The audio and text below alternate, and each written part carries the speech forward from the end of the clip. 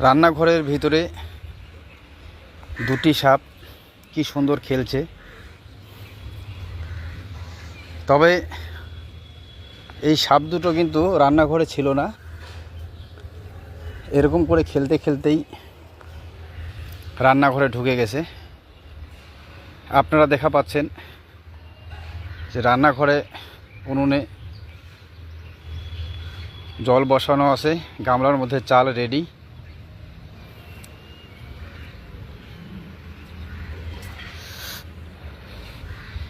এরকম টাইমেই যেটা সূত্র দেখতে পায় যে দুটো সাপ এরকম খেলতে খেলতেই রান্নাঘরের দিকে আসতেছে।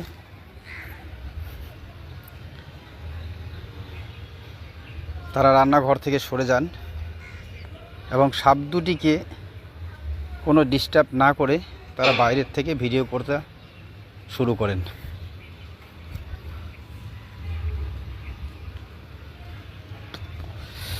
যদিও এই সময় সাপেদের ডিস্টার্ব না করাই ভালো, সাপ কিংবা কোনো জীবকেই এরকম ডিস্টার্ব না করা ভালো। এবং বাড়িওয়ালা খুবই ধৈর্য এবং ভালো মানসিকতার পরিচয় দিয়েছেন এই ভিডিওতে।